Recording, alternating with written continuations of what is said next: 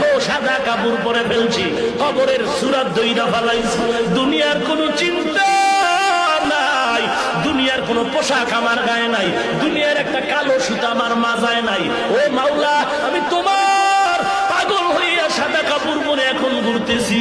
আল্লাহ ডাক দিয়া কয়, একবার তুই সফায় দৌড়া, আর একবার মারওয়ায় দৌড়াবি, আবার আমার অর্ডারে বান্দা মিনা মুজদালিফায় যাবি, আরাফার ময়দানে যাবি। তুই যদি যুক্তি দিয়া কও কাবার ঘরে নামাজ পড়লে 1 রাকাতে 1 লক্ষ, কিন্তু মিনায় গেলে মিনায় ময়দানে নামাজ পড়লে 1 রাকাতে 2 রাকাতের সওয়াব নাই, আরাফার ময়দানে 1 রাকাত নামাজ পড়লে 2 রাকাত নামাজের সওয়াব নাই, তাহলে ওখানে বইরা লাভ কি? আমি মক্কায় বয়া বয়া আল্লাহর সাথে লাইন লাগাই।